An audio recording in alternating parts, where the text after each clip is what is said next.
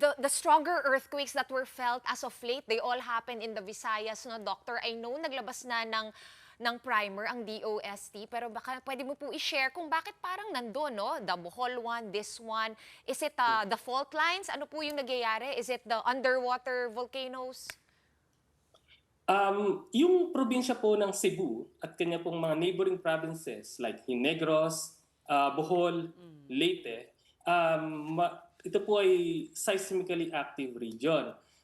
In the sense po, marami po kasi ditong mga faults. Ito pong mga active faults. Sila po yung paggalaw po nila, sila po yung nag-generate ng mga earthquakes. So, yun nga po, common po dito yung mga earthquakes dahil po sa mga faults. Kaya napakahalaga po sa ating pong mga kababayan na lagi po sanang maging handa para po sakali man pong magkakaroon po uli ng mga earthquakes. Huwag naman po sana ay iwasan po natin yung posibleng harm na madudulot nito.